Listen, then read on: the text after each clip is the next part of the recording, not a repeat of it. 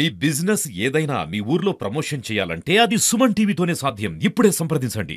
Hi hello నమస్తే, welcome to Suman TV. ప్రస్తుతం మనం మహబూబాద్ జిల్లా నరసింహులపేట మండలం ఉన్నాం. నరసింహుల మండలంలో ఒక ప్రత్యేకత ఉంది. ఎందుకంటే ఒక గుట్ట మీద అంటే స్వయంగా వెలిసినటువంటి వెంకటేశ్వర స్వామి ఆలయం అయితే ఇక్కడ ప్రతిష్ఠించబడి ఉంది. ఇక్కడ సుమారు 75 సంవత్సరాల నుంచి ఇక్కడ స్వయంగా వెలిసారు. శంకు చక్రాలతోని అంటే సర్పం వంటి రూపంతో పోలినటువంటి వెంకటేశ్వర స్వామి భక్తులకైతే దర్శనం అయితే ఇస్తున్నాడు. ప్రతి శనివారం నాడు కూడా ఇక్కడికి భక్తులు వేలాది సంఖ్యలో భక్తులు ఇక్కడికి తరలి వచ్చి తమ కోరికలు తీర్చుకొని ఇక్కడ ముడుపులు కట్టుకొని ఆ స్వామివారిని దర్శించుకుని పోతున్నారు.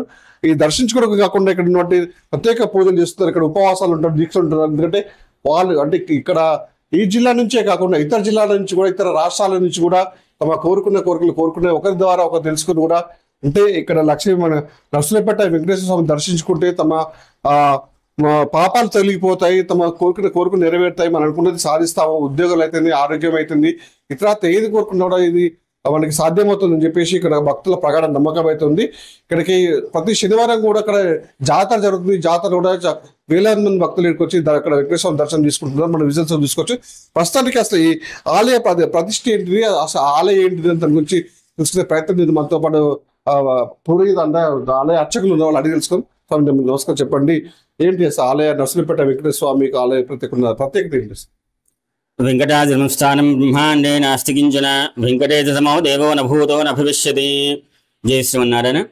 శ్రీ వెంకటేశ్వర స్వామి దేవస్థానం నరసింహులపేట ఇంద్రకలాద్రిపై వెలిసిన శ్రీ వెంకటేశ్వర స్వామి, శంకుచక్రాలతోనే సర్పాకారంతో వెలిసిన వెంకటేశ్వర స్వామి, లోపల స్వయంభూగా వెలిసిన స్వామి తర్వాత మన చిన్నజయ స్వామి వారి విగ్రహ ప్రతిష్ఠ జరిగినది.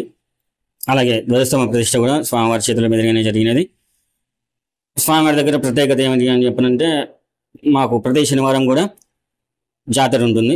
ఈ జాతర ఉందంటే శుక్రవారం రోజు భక్తులు వచ్చి నిద్రలు చేసుకొని సంతానం లేని వాళ్ళకి కానీ లేకుంటే ఉద్యోగాల కోసం కానీ దేనికోసమైనా వాళ్ళు ఇక్కడికి వచ్చి 5 నిద్రలు కనుక చేసుకున్నట్టు అయితే వాళ్ళకి అవుతుంది అనే ఒక నమ్మకంతో ఖచ్చితంగా వాళ్ళు వచ్చి ఇక్కడ నిద్రలు చేయించుకొని 5 నిద్రలు చేయించుకొని పూజ చేయించుకొని స్వామివారికి ముడుపులు కట్టించుకొని ఆ ముడుపులు అనేది చెల్లించుకొని వెళ్తుంటారు. ప్రతి శుక్రవారం నైట్ వచ్చి శనివారం రోజు చూసుకొని వాళ్ళు అట్లా వెళ్తుంటారు.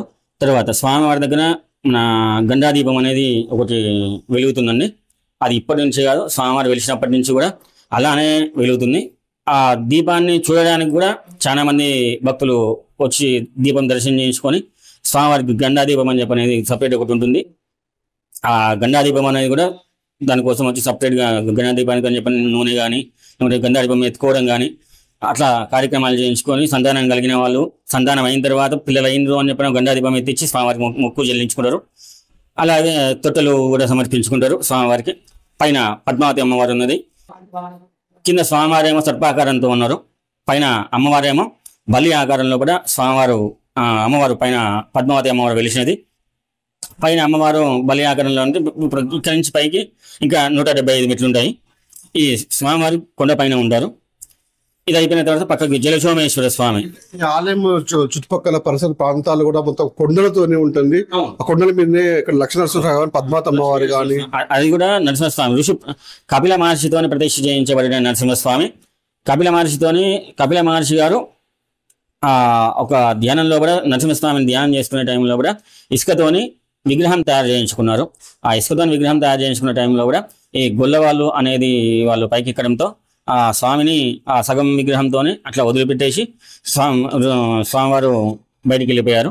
మళ్ళీ వచ్చి స్వామివారి ఆ విగ్రహం కాకుండా మళ్ళా మూలవర విగ్రహం కూడా ఆ కపిల మహర్షితోనే ప్రతిష్ఠ చేయించబడిన నరసింహస్వామి.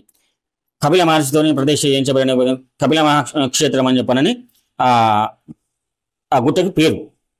గుట్ట క్షేత్రం చుట్టుపక్కల పరిసర ప్రాంతాలు కూడా 7 కోనేర్లు కూడా ఉన్నాయి.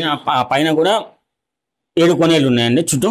ఆ చుట్టూ 7 కోనేర్లు కూడా స్వామివారికి ప్రతి నిత్యం కూడా దాని లోపటి నుంచే ఆ తీర్థం తీసుకుని వాడుకుంటారు తప్పించి దాని లోపటి నీళ్ళు అయిపోతుంది అనే ఒక ఇది మేము ఎప్పుడు కూడా చూడలేదు, ఇనలేదు కూడా.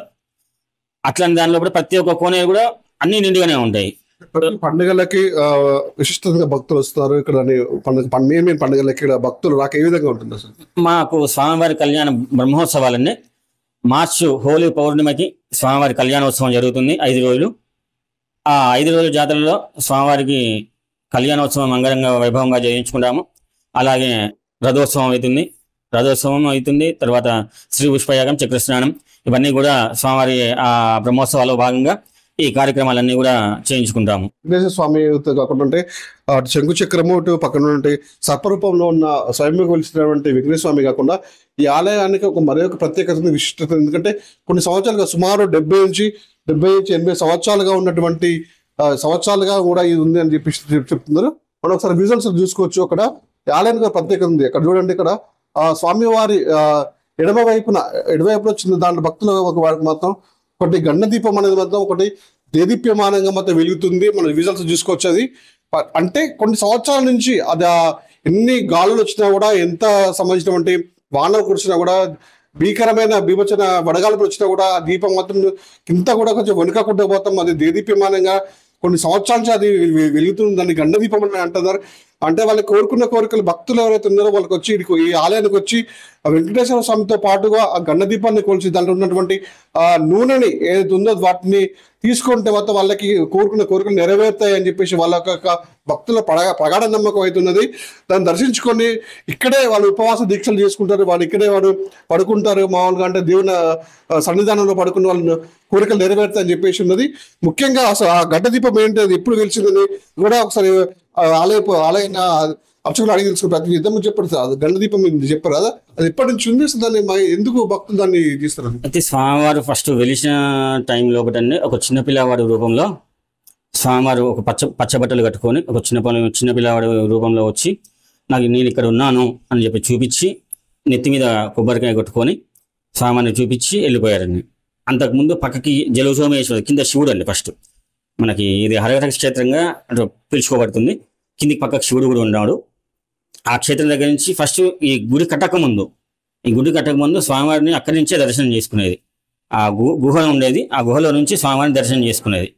తర్వాత క్రమేణా ఈ దేవాలయాన్ని నిర్మించడం జరిగింది. నిర్మించిన తర్వాత నుంచి స్వామివారిని అందరికీ చూపించడం జరిగింది. అది చూపించిన క్రమంలో బట్టి ఈ స్వామివారి గండాదీపం కూడా స్వామివారు ఆ చిన్నపిల్లలు ఒక రూపంతో వచ్చి స్వామివారు నాకు ఇట్లా గండాదీపం ప్రత్యేకంగా ఇట్లా ఉంచాలి అని చెప్పని ఒక కారణం చేత పెట్టాలి అని చెప్పనని స్వామివారు అట్లా చెప్పి సుమారు ఎన్ని సంవత్సరాల నుంచి వెళ్తుంది గండ దీపం? అది అంటే మీ సంవత్సరాల నుంచి అంటున్నారు కదా? అవునవును, దాదాపు 60-70 సంవత్సరాల నుంచి అట్లనే వెలుగుతుందండి. దాన్ని బయట తీసుకొస్తే అసలు ఏం జరుగుతుంది? అక్కడే ఉంటుంది. బయట తీసుకొస్తే అసలు ఏం జరుగుతుంది? అట్లా మాకు తెలిసింది ఇంతవరకు బయటకు తీసుకొని రావడం అనేది ఏం జరగలేదు. అక్కడనే ఉంచుతాం. ఏదున్నా పక్కకు అట్లా పెట్టుకొని శుభ్రం చేయించుకొని మళ్ళీ పక్క అక్కడ పెట్టడం తప్పించి మళ్ళీ తీసుకొచ్చేది అయితే ఏముండదు. ఇక దానికి అది ఆయిల్ అంటే దీపము సన్నగిలుతుంది అంత కొండెక్కే క్రమంలో మీరు మళ్ళీ దానికి ఆయిల్ ఇట్లా ప్రతి నిత్యం కూడా ఉదయం రావడంతోనే దాని లోపల నిండుగా పోసి పెట్టి ఉంచుతాము. మళ్ళీ తెల్లారి వచ్చే వరకు కూడా సేమ్ అట్లనే ఉంటుంది. మళ్ళీ దానిలో కొద్దిగా తగ్గి ఉంటే మళ్ళీ పోసి పెడతాం. అట్లనే ఎలాంటి నమ్మకం ఇస్తుంది ఆ స్వామి నమ్మకం. అంటే వచ్చిన భక్తులు వాళ్ళు అట్లా కోరికలు నెరవేరుతున్నాయి కాబట్టి వాళ్ళ కోరికలు నెరవేరుతున్నాయని చెప్పనే కదా వాళ్ళు రావడం జరుగుతున్నది.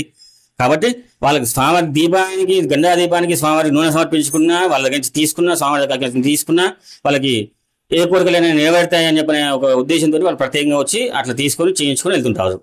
నర్సులపేట వెంకటేశ్వర స్వామి ఆలయానికి ఉన్నటువంటి ప్రత్యేకత ఇక్కడ వైపు ఆలయ ప్రత్యేకత ఉంది, మరోవైపు మొత్తం గండదీప ప్రత్యేకత ఉంది. ఎందుకంటే కోరుకున్న కోరికలు మహిళలకి ముఖ్యంగా సంతానం లేని వారికైనా ఉద్యోగం వచ్చిన వారికైనా అక్కడికి వచ్చి నూనె సమర్పించుకోవడం జరుగుతుంది. లేకుంటే ఆ గండదీపం నుంచి కూడా నూనె తీసుకోవడం జరిగితే వాళ్ళు కోరుకున్న కోరికలు నెరవేరుతాయి అని చెప్పేసి భక్తులు నమ్మకం వచ్చి ఇక్కడికి వచ్చి వెలుస్తున్నారు. కాబట్టి ఆ గండదీపం మాత్రం దేదీప్యమానంగా కొన్ని సంవత్సరాల నుంచి మాత్రం వెలుగుతుంది, దేదీప్యమానంగా వెలుగుతుందని చెప్పేసి ఆలయ అర్చకులు చెప్తున్న పరిస్థితి. ఇక్కడ ప్రతి శనివారం నాడు కూడా జనం భక్తులతో కిరికిలాడుతుంది. ఇక్కడ ఉన్నటువంటి సంబంధించినటువంటి కింద పరిసర ప్రాంతాలు కూడా హరినామ ఘోషతో మొత్తం ఇక్కడ దేదీప్యమానంగా వెలుగుతుంది, మారుమోగిపోతుందని చెప్పేసి ఇక్కడ అర్చకులు చెప్తున్న పరిస్థితి.